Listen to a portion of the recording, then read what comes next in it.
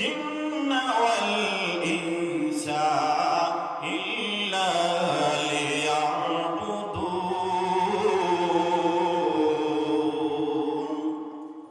আল্লাহ রাব্বুল আলামিন বলেন, আমি জমিনের মধ্যে জিন এবং ইনসান জাতিকে সৃষ্টি করলাম, তারা আমার ইবাদত করবে, তারা আমার ইবাদত করবে।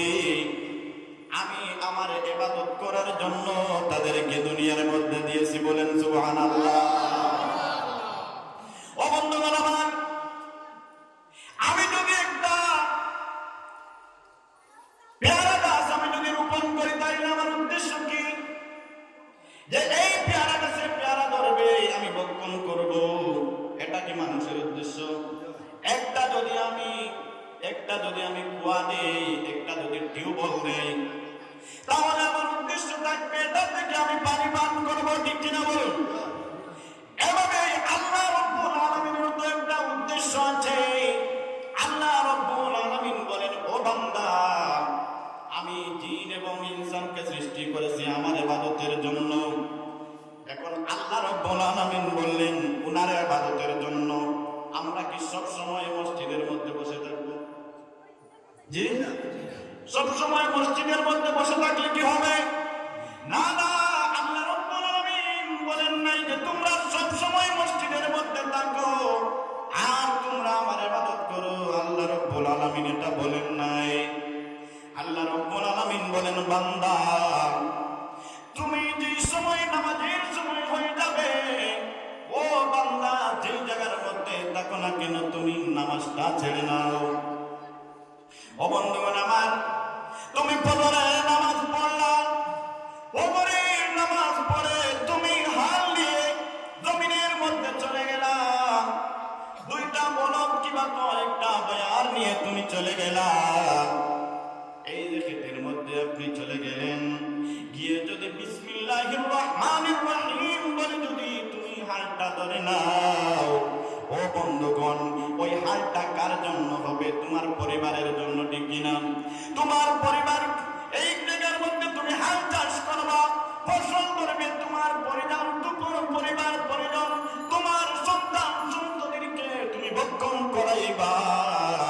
আল্লাহ বলেন, বান্দারে, তুই আমার নাম নিয়ে তুই এই জমিনের মধ্যে হাল চাষ করবি। যতক্ষণ পর্যন্ত তুই এই জমিনের মধ্যে হাল চাষ করবি, অতটুকু সময়ের মধ্যে তোর নামায় আমলের মধ্যে সওয়াব লেখা হয়ে যাবে, বলেন সুবহানাল্লাহ। তাইলে কি আল্লাহ সব সময় বলেছেন মসজিদে থাকার কথা? না না, আল্লাহ বলেন, হে বান্দা, তুই বাথরুমের মধ্যে যা, তুই বাথরুমে প্রবেশ করার দোয়াটা পড়ে নে, তুই বাথরুম করবে, তা তোর ইবাদত। তুই খানা খাইতে বসেছ, এ বান্দা, তুই দোয়াটা পড়ে নে, আমাকে স্মরণ করে নি।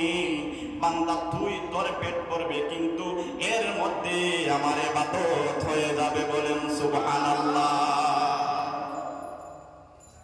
আল্লাহ বলেন, বান্দা, তুই ভক্ষণ করতেছ, মাঝে মধ্যে আলহামদুলিল্লাহ আলহামদুলিল্লাহ বল।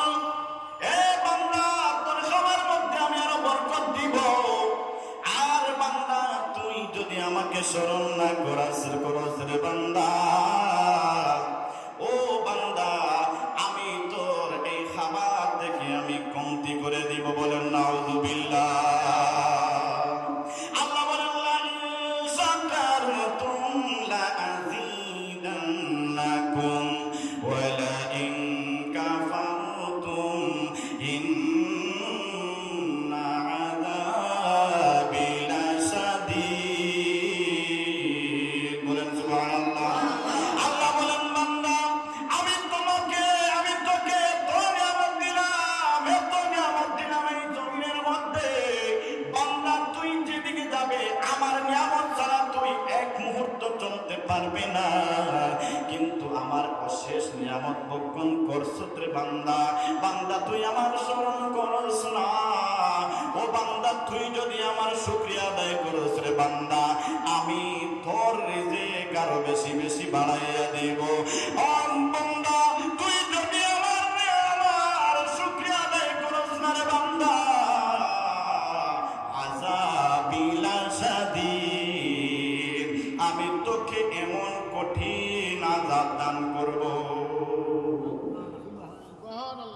বোঝা গেছে? জি।